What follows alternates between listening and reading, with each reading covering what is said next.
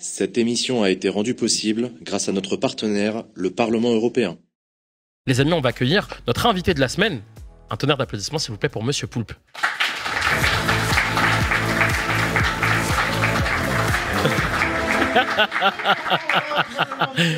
Ok, j'en connais un qui veut foutre la merde. Si je me mets là ou là. Mets-toi ici, c'est très bien. C'est très bien. Bonjour. Poulpe, comment ça va? Je suis très content d'être dans Backseat parce que ça veut dire que je suis hyper intelligent. Du coup, ça veut dire quand Ouais. on est invité dans Backseat, c'est ça, je crois. Non Alors, il y a un mec qui est très con qui est en train d'animer Backseat. Bon, bah, merde. Alors, Désolé. Tant pis. Non, Désolé. je suis très content d'être dans Backseat. Déjà parce que le générique est de Toxic Avenger. Oui, qu'on embrasse. Et je le connais depuis trop longtemps. Donc un bisou à Toxic Avenger et puis surtout un bisou à Jean qui est pas là mais qui est devenu l'égérie de la bipolarité, si on peut dire ça. Mais en tout cas, je trouve ça hyper courageux d'en parler. Ouais, c'est moi, je suis invité dans Back. Non, et je trouve ça hyper courageux de le faire et de le dire. Et c'est vrai qu'on n'est pas beaucoup à parler de santé mentale, surtout dans ces métiers-là. Alors, tu en as de plus en plus maintenant, des youtubeurs et tout, qui commencent à en parler. Je trouve ça super bien et hyper important d'en parler parce que faut que les gens connaissent ça, en fait, voilà, sachent que ça existe. Et voilà. Donc, un gros bisou à Jean et bravo pour ce qu'il a fait. Ouais. On l'embrasse. Tu as un spectacle en ce moment qui tourne? Ouais, alors c'est vrai que là j'arrive, je parle de bipolarité, ça donne pas hyper envie. Mais c'est vrai que je parle de santé mentale dans mon spectacle. Okay. Donc on peut te retrouver où? Ça s'appelle Nombril. Bah là, demain soir, je suis à Yvetot. Okay. Et après, je regarde les autres dates parce que je découvre. La semaine prochaine, je suis à Brest. Et enfin voilà, je suis là. Okay. Je suis là. Au Théâtre de la Renaissance. Et donc je suis à Paris mi-mai. Mais okay. Le plus important, c'est quand même, je suis partout en France. Et ça, c'est trop cool. Et en Belgique aussi. Je suis trop content d'aller jouer en Belgique. Mais c'est vrai que c'est un spectacle qui parle de santé mentale. Là, je m'en rends compte en parlant maintenant. T'as ton émission, je vois Toast, je vois Popcorn, je vois Top Gear. T'en fais des choses en ce moment, purée? Eh oui, car je suis tentaculaire. Bravo, on applaudit ça aussi, merci, s'il vous plaît. Merci. Ouais, ok. Fallait que je rebondisse à moi-même. Non, pas du tout, pas du tout. Ah non, t'as eu une insulte dans ton oreillette. Ça me faisait très rire de laisser ce moment de silence. Évidemment, tout ceci est maîtrisé. Poulpe, t'étais déjà sur... Le silence maîtrisé, c'est ça? Ouais, bah oui. Okay. Ouais. T'étais déjà sur YouTube au moment où ça s'est créé. T'as fait une petite pause ensuite. T'as fait de la musique, de la télé, de la radio, du cinoche. C'est pas commun comme carrière, ça. Bah après, moi, c'est aussi pour ça que ma carrière est pas ouf. C'est que, c'est qu'en fait, moi, je suis pas du tout dans ce truc de ok, je fais ce truc-là et je le fais tout le temps. Il y a quand même cette phrase qui est très cliché, mais qui est très vraie en France, c'est qu'on aime bien que les gens soient dans des cases. Et c'est vrai que moi, je pars pas de ce principe-là. Je pars de mon idée et quand j'ai une idée, je réfléchis à comment je peux l'exploiter et sur quelle plateforme peut mieux le vivre, mon idée. Donc ça peut être de la BD, ça peut être du numérique, ça peut être du cinéma, de la série, de la chanson, peu importe. Donc je pars d'abord de l'idée et après j'explore. Et moi, je préfère aller explorer les formes d'expression que m'en cantonner à une seule. Comment tu fais pour garder ta communauté en changeant à chaque fois de format, de genre? Franchement, j'en ai aucune idée et tant mieux que j'ai ces gens-là parce qu'ils sont trop cool. Ça veut dire que c'est des gens curieux. Donc c'est la meilleure communauté du monde. Après, elle est petite. Mais en tout cas, non, je suis hyper content d'avoir ce public qui me suit dans tous ces trucs étranges. Et justement, j'ai fait aussi ce spectacle pour ça. C'était pour les voir en vrai. Ouais. Parce que il n'empêche que tu restes quand même tout le temps derrière un écran et t'as quand même une distance avec ton public quand tu fais soit de la télé, soit du cinéma, soit du internet. Et c'est vrai que j'avais envie de revenir dans du vrai et de toucher, de postillonner sur les gens et qui sentent mes muqueuses. C'est cool, hein? Ouais, un échange de muqueuses. C'est ça voilà. T'es arrivé sur... D'ailleurs, c'est qui comment tu définirais ton public? C'est qui ton public? Des gens super. Ouais, ok. J'ai un mélange de plein de trucs. C'est que j'ai en tranche d'âge, c'est très mélangé. C'est que j'ai les vieux geeks de No Life, j'ai les jeunes de Twitch, j'ai les vieux de France Inter, j'ai les sacs à vin de recettes pompettes. Ouais. Enfin, il y a un peu tout ça qui se mélange. Et les pervers de crac-crac. Enfin, j'ai vraiment plein de trucs. Donc, je sais pas, une espèce de mélange. Moi, je dirais que c'est des curieuses et des curieux avant tout. Et moi, j'ai envie de te dire que les sacs à vin des recettes pompettes sont toujours vivants grâce à toi, et ça, c'est beau. Ils survivent. Hein. Ah, tu vois. C'est étonnant. C'était pas gagné, à la base. Ouais, vu le froid, c'est étonnant. Tu l'as dit, t'es arrivé sur Twitch en 2021. Ouais. C'était pas un peu tard? Alors, en fait, ça faisait hyper longtemps que je voulais aller sur Twitch, mais j'étais le gars qui habitait dans le seul immeuble du 11e arrondissement de Paris qui n'avait pas la fibre. Et donc, il a fallu que je déménage. Ok. Pour enfin avoir la fibre. Et là, j'ai dit, OK, là c'est parti. Et là, direct, j'ai streamé, direct, j'ai fait des émissions sous THC sur Twitch. On sentait la frustration du gars qui, voilà. Donc, j'ai fait énormément de formats différents et j'aime trop cette plateforme. Et alors, des fois, moi, j'ai une relation un peu... des fois, je suis là, des fois, je suis moins là. Mais du coup, je m'oblige à créer des formats qui m'obligent à être là. C'est que, par exemple, l'an dernier, je faisais une matinale pour être sûr que je stream tous les matins. Là, je fais Toast en ce moment, qui est une hebdo. C'est quoi le principe de Toast? Toast, c'est le rendez-vous des bons copains. Ok. Donc, je reçois des amis chez moi et on porte des toasts. Le problème, c'est que j'ai une tournée de spectacle en même temps, donc c'est compliqué d'installer des dates récurrentes. Ouais. Et grosso modo, c'est une hebdo. Ouais. Et là, on voit, là, ça va, c'est le début, je suis sobre. Ouais, Là, je suis sobre. Là. À la fin, c'est pas la même histoire. Ouais. Qu'est-ce que tu y trouves à Twitch? Pourquoi cette plateforme? En fait, j'aime l'immédiateté de la création. C'est que tu as une idée, 10 minutes de Photoshop après, tu peux streamer et tu as ton truc. J'aime l'interactivité avec et le public. Tu accueilles qui là, dans Toast déjà? Excuse-moi. De quoi? Tu accueilles qui dans Toast? C'est qui tes invités? C'est des amis. Des copains, ok. Ouais, qu'on connaît nous? Là, il y a Émeric Lompré, par exemple. Ok, ouais, on adore. La semaine prochaine, j'ai Eddie Depreto. Ok. Dans 3 semaines, j'ai Éric Zemmour. Enfin, que des potes, quoi. Waouh. Enfin, la famille. Ouais. Les copains. Voilà. Et donc, ouais, non. Et puis, ce truc interactif que je trouve vraiment génial, mais je vais pas l'expliquer. Enfin, les gens sont sur Twitch, ils savent de quoi on parle. Arrête avec tes questions, quoi. Ouais, mes questions de merde. Les copains, des questions? Non. Vous êtes juste très... Quelle ambiance. Tu gagnes ta vie sur Twitch ou pas? Ah, ça c'est une bonne question. Mais merci, ça, c'est Sacha. la question que... Est-ce que tu fais de l'argent? Ça, c'est les cousins quand t'arrives à un mariage. T'as le cousin qui vient te dire t'es youtubeur, tu gagnes combien? Je gagne de l'argent sur Twitch. Je gagne de l'argent sur Twitch, ouais. Ok. C'était juste ma question. Pas besoin de donner le chiffre. Trop bizarre. Tu nous as dit en préparant l'entretien que t'allais pas... Alors là, tu nous annonces que tu remontes sur scène, mais tu nous as dit en préparant l'entretien que ça allait pas durer très longtemps. Ouais, pourquoi? parce que en fait, je fais mes projets, je les fais pendant 2-3 ans. Par cycle. Je me lasse assez vite. Et du coup, là, ça va faire 2 ans que je suis sur scène. Et voilà, ça y est, j'ai fait le truc, c'est cool. Enfin, ce spectacle-là, j'ai envie d'en faire d'autres. Un spectacle, c'est hyper évolutif, tu changes le texte tout le temps. Moi, je me suis laissé aussi beaucoup d'impro, donc c'est cool. Mais ça va faire 2 ans, j'ai envie de faire d'autres trucs là. Tu vas passer aussi derrière la caméra bientôt avec Top Gear. Ouais. Il va se passer quoi, dis-moi? Qu'est-ce qui se passe? Donc Top Gear, c'est une émission de bagnole, de voiture, mais aussi de divertissement, maintenant animée par le duo ex-Villebrequin, donc Pierre Chabrier et Sylvain Lévy.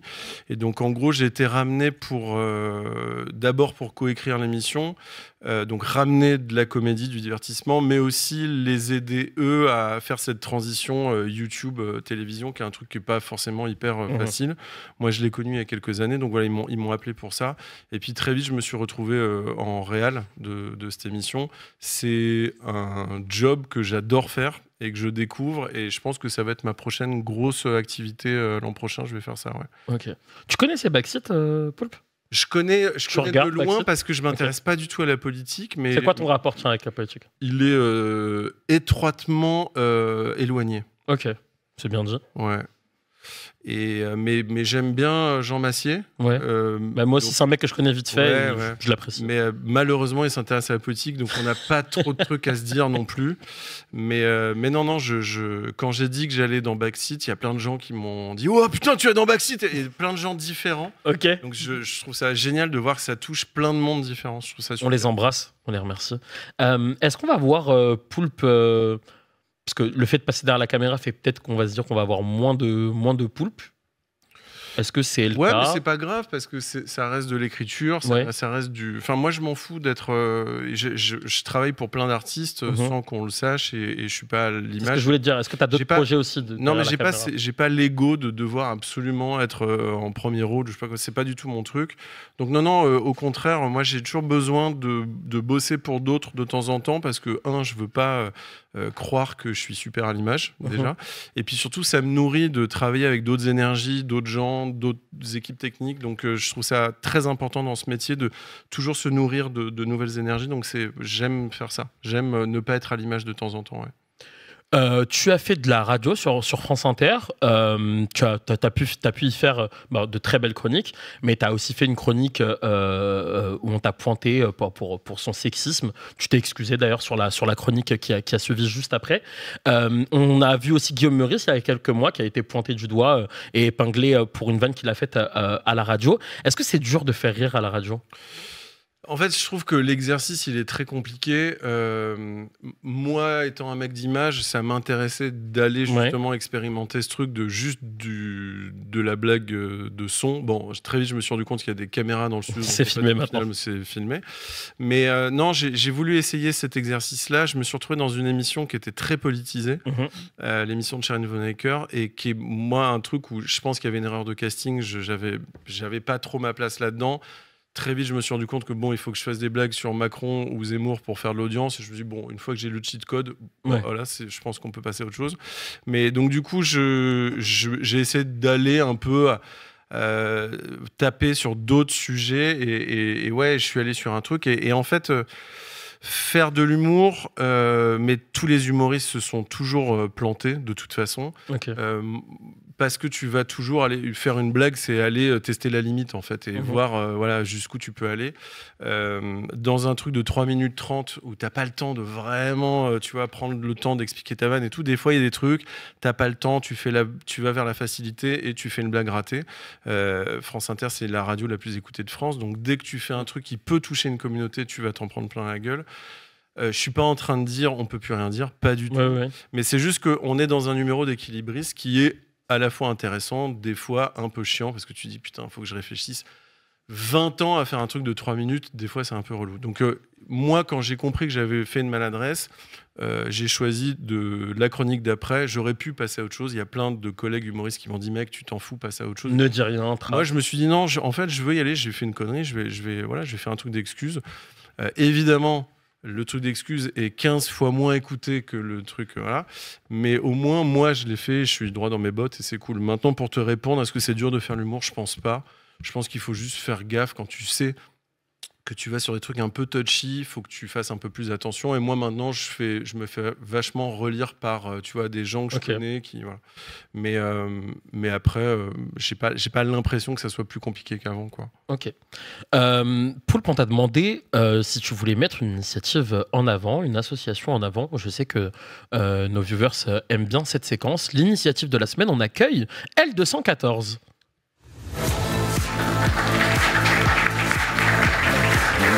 On accueille Brigitte Gauthier, qui est porte-parole directrice de L214. Bonjour, bienvenue. Bonjour. Comment ça va ? Ça va. Ça va, ok. Poulpe, pourquoi tu as décidé, c'est toi qui nous as proposé de recevoir L214, c'est une asso que tu connais bien ? Ouais. En fait, je suis devenu végétarien il y a, je me rappelle plus maintenant, il y a 5 ans, je crois, 5-6 ans. Ok. Et c'est comme tout le monde, on voit des vidéos L214 passer dans son feed vidéo. Et en fait, moi, j'en avais vu 1000 avant. Et en fait, si j'en ai vu une par hasard qui est tombée, et en fait, ça m'a fait vriller parce que j'ai découvert un truc que je connaissais pas, qui est au-delà de la torture dans les abattoirs, machin. C'est un truc encore plus dingue. Ça s'appelle les fermes à sang. C'est un truc voilà, c'est horrible, mais voilà, ça se passe. Tu nous expliques ce que c'est les fermes à sang ? En gros, le principe. Bon, là, on est dans le glauque du glauque, hein, mais en gros, c'est essentiellement en Amérique du Sud. Tu me dis si je dis de la merde, mais en gros, ça se passe surtout en Amérique du Sud. C'est des élevages de juments qu'ils inséminent de force, et une fois qu'elles sont enceintes, ils les torturent pour qu'elles créent une enzyme, une hormone qu'elles ne peuvent fabriquer que quand elles sont enceintes. Et cette hormone-là, une fois qu'elles les fabriquent, ils les prennent dans du sang et ils en font des cosmétiques, des produits cosmétiques qui sont utilisés partout dans le monde ensuite. Donc c'est inséminer de force un animal puis le torturer, puis ensuite récupérer le sang. Je savais pas que ça existait. Quand j'ai vu ce truc-là, je me suis dit non mais là on vit dans un monde pas possible. Qui a été ensuite, j'ai enchaîné 2 autres trucs dans la même journée et le soir même je me suis dit bon je deviens végétarien. Donc du coup L214, je partage quand je peux toutes leurs actions parce que c'est hyper important de se rendre compte de ce qu'on mange et ce que les animaux subissent quoi. L214, vous existez maintenant depuis 2008. Brigitte, est-ce qu'on peut dire que votre militantisme a évolué depuis ? Non. Ok. Non, on ne peut pas dire ça parce qu'on a toujours eu à cœur d'avoir déjà un discours qui est assez clair. Ce qu'on fait subir aux animaux, c'est absolument terrible. On a pu montrer des images dans des élevages, pendant les transports, dans des abattoirs, tous les modes d'abattage, que ce soit avec étourdissement, sans étourdissement, du bio, du label rouge, du standard, du halal, du kasher. Enfin, voilà, on a fait un petit peu le tour de la question pour essayer de montrer la réalité de ce que vivent et comment meurent les animaux pour questionner en fait notre société qui continue. Alors quand même, voilà, on est en 2024 maintenant, Ouais. qui continue de se nourrir d'animaux au moment où on en a le moins besoin et où, si on va regarder encore plus loin, ça va nous créer des problèmes. En ce moment, il y a beaucoup les discours sur la souveraineté alimentaire. Ouais, on en parlait juste Ça avant. masque la fragilité alimentaire en fait, qui est créée par nos modes de consommation. Puisque quand on consomme de la viande, en fait, on consomme beaucoup plus de terre, beaucoup plus d'eau, on déforeste, etc. Mais surtout, il y a les animaux qui sont des êtres doués de sensibilité comme nous, qui peuvent vivre leur vie bien ou mal, qui ont leur propre personnalité. Pour les personnes qui habitent chez un chat ou avec un chien, on voit très exactement les personnalités qui peuvent exister. Les autres animaux, ceux qui sont dans les élevages, c'est les mêmes personnalités qui peuvent s'exprimer. Donc c'est super important. Et donc on est connu pour les images qu'on montre, pour les faits qu'on dénonce, pour les campagnes qu'on mène, qui ont amené justement à réduire le nombre de poules élevées en cage. Quand on a commencé, 80% des poules pondeuses étaient dans des cages. Ce chiffre a baissé à 23% aujourd'hui et devrait s'acheminer vers 0 en 2025 parce qu'on a fait prendre des engagements en encourageant gentiment les supermarchés, l'hôtellerie-restauration, les fabricants et même les producteurs à s'engager à ne plus utiliser de poules élevées en cage, par exemple. Donc ça, c'est notre côté, on dénonce. Mais on n'est pas juste dans la dénonciation, on est aussi dans les solutions. C'est ce que je voulais te dire. On vous connaît par vos actions coup de poing, par des images révélées, mais on le disait, L214, ce n'est pas que ça, c'est même des fois des images très mignonnes, que tu peux peut-être nous montrer d'ailleurs. Oui, j'ai amené quelques trucs, parce que, alors on ne le sait pas, mais L214, on a un journal qui s'appelle Mon Journal Animal, qui paraît 3 fois par an, qui est destiné aux 10-14 ans. Et là, on va plutôt aller sur les questions d'éthologie. Voilà. Et donc, on va traiter des thématiques. À chaque fois, il y a un grand dossier. Et puis, on va aller sur ces sujets-là. On a aussi un site qui s'appelle Vegan Pratique, où là, on va parler. Donc, on s'adresse souvent au cœur et puis à la rationalité. Là, on s'adresse au ventre avec notre site Vegan Pratique et puis avec un bouquin pour pouvoir faire des recettes. Ça, c'est super important. Donc, on a vraiment la démarche à la fois de dénoncer et à la fois de proposer. On va parler de modèle agricole, de modèle alimentaire, comment on peut faire une transition. Notre idée, c'est pas d'être contre les éleveurs, contre les ouvriers d'abattoirs ou quoi. C'est vraiment la question d'un système qui, évidemment, tue énormément d'animaux. On tue 3 millions d'animaux par jour en France. Et on ne parle que des animaux terrestres, pas des animaux marins. 3 millions, je ne me trompe pas, c'est vraiment par jour, juste en France. Et 80% d'entre eux proviennent d'élevages intensifs, c'est-à-dire d'élevages où ils n'ont aucun accès à l'extérieur.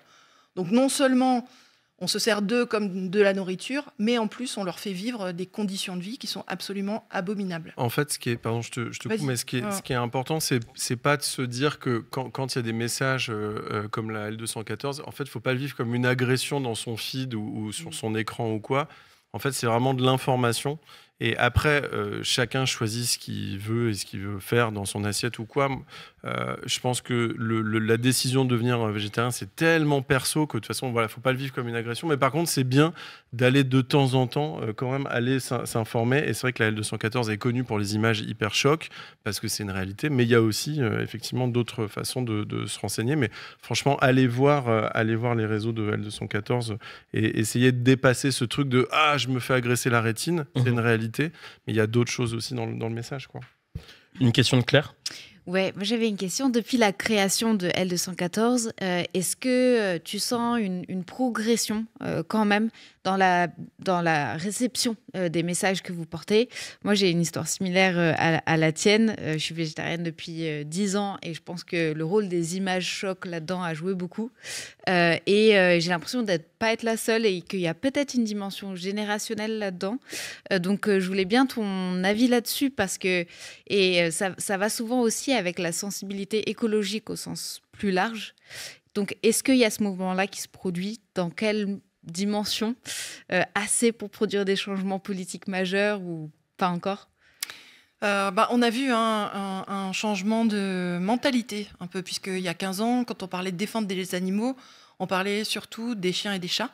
Et aujourd'hui, quand on parle de défendre les animaux, on pense aussi aux animaux qui sont dans les élevages. Donc je pense qu'on a réussi, alors pas que nous, il y a eu aussi des bouquins qui sont sortis, des reportages documentaires, etc. Mais on a contribué en tout cas à mettre les pieds dans le plat, c'est le cas de le dire, et du coup à faire émerger la question animale en questionnant jusque loin, vraiment en questionnant jusque l'utilisation des animaux, jusqu'au spécisme, c'est-à-dire la frontière que nous, on a tracée entre d'un côté les êtres humains et de l'autre côté tous les autres animaux. Et c'est ça qu'on questionne et on montre les effets de ce spécisme justement dans la non-considération absolue du moindre intérêt des autres animaux. Donc voilà. Et après, on a des campagnes qui font des changements dans la loi très peu, parce que voilà, malheureusement, c'est compliqué. Mais par contre, dans les entreprises, on arrive à changer des choses. En ce moment, on a une campagne qui vise le numéro 1 du poulet. C'est le groupe LDC qui a les marques Le Gaulois, Marie, Maître Coq. On a une campagne où on colle des stickers sur les barquettes. Voilà, vous pouvez commander gratuitement dans la boutique en ligne de L214. C'est repositionnable, donc on ne peut pas se faire accuser de dégradation. Et l'idée, c'est de montrer, par exemple, les poulets. Les poulets, c'est 40 000, par exemple, dans un élevage. C'est 22 par mètre carré. C'est juste complètement énorme. Et surtout, c'est des souches génétiques sélectionnées qui font qu'aujourd'hui, un poulet, en 40 jours, il prend 60 fois son poids. Son poids est multiplié par 60. C'est juste assez... c'est complètement fou. En fait, on en parlait juste avant d'arriver sur le plateau, mais c'est le film Okja sur Netflix. Il y a moins de 10 ans, c'était de la science-fiction. Et en fait, c'est la réalité. On y est pour de vrai, ce qui est fou, quoi. Brigitte, rapidement, je sais que je suis méchant à être le maître des horloges. Vous proposez qu'on diminue de moins de 50% notre consommation de viande d'ici 2030. Pourquoi cet objectif intermédiaire ? Parce qu'on est des extrémistes. En vrai, on aimerait bien une diminution de 100%. Ouais. Voilà, mais en fait, on est extrêmement pacifiste. Et puis, on comprend que notre société, aujourd'hui, culturellement... n'est pas prête. Elle n'en est pas là. Okay. Donc, voilà, on va avancer progressivement. Et le moins 50% d'ici 2030, donc ce serait moins 50% d'animaux tués. Ce qui veut dire... moins 50% effectivement de viande, de poisson. Ça veut dire aussi agir sur notre consommation de lait et d'œufs. Voilà, on n'augmente pas parce qu'on arrête de manger le corps des animaux. Et c'est un objectif pragmatique, alors qui va bénéficier aux animaux qui ne seront pas utilisés pour être mangés, mais qui vont bénéficier aussi sur la question de l'eau, sur la question de la déforestation, sur la question aussi sociale. On voit que dans le milieu agricole, c'est absolument terrible. Là, je parlais de Le Gaulois, LDC. C'est des contractualisations qui réduisent aussi les éleveurs dans une forme, ils utilisent le terme d'esclavage moderne. Voilà, l'endettement moyen, par exemple, d'un éleveur d'oiseaux, c'est au-dessus de 200 000 euros, par exemple. Donc, c'est bon à savoir aussi qu'en changeant notre façon de nous alimenter, on joue sur tout un tas de leviers. En fait, c'est un levier unique qui en actionne 10, 15 autres derrière. Donc c'est vraiment super intéressant. Et donc c'est quelque chose qu'on va porter auprès des entreprises, mais qu'on va porter aussi politiquement au niveau municipal, national et bien sûr européen. Comment on peut vous rejoindre, L214 ? L214, venez comme vous êtes. Okay. Comment on peut aider ? Il y a tout un tas d'actions qui sont proposées. On a une lettre d'info qui fait les propositions d'action. Pour celles et ceux qui sont plus engagés, on a des actions de terrain. On a 50 groupes locaux, c'est 3000 bénévoles quasiment, que je remercie, 50 000 membres aussi. Pareil, sans toutes ces personnes, on ne pourrait rien faire. Et du coup, c'est comme ça qu'on avance, qu'on pose des jalons, qu'il y a des choses qui passent auprès des entreprises ou dans la loi, même si c'est des tout petits pas, c'est toujours bon à prendre. C'est des changements d'habitude aussi, on accompagne, on a un Veggie Challenge pour découvrir l'alimentation végétale et puis se lancer. Et puis voilà, il y a vraiment beaucoup de choses à faire. Nous suivre sur les réseaux sociaux, repartager justement les enquêtes ou les actions qu'on va faire. Vous pouvez commander les stickers et puis participer avec nous à faire remonter par l'intermédiaire des supermarchés cette demande aux premiers producteurs. Les poulets, c'est 800 millions qu'on tue chaque année. C'est quand même juste énorme. C'était l'initiative poussée par Poulpe, L214, avec Brigitte Gauthier, qu'on peut applaudir, s'il vous plaît. Et qu'on remercie. Merci beaucoup. Merci beaucoup, à très bientôt. Merci. Poulpe reste avec nous en plateau.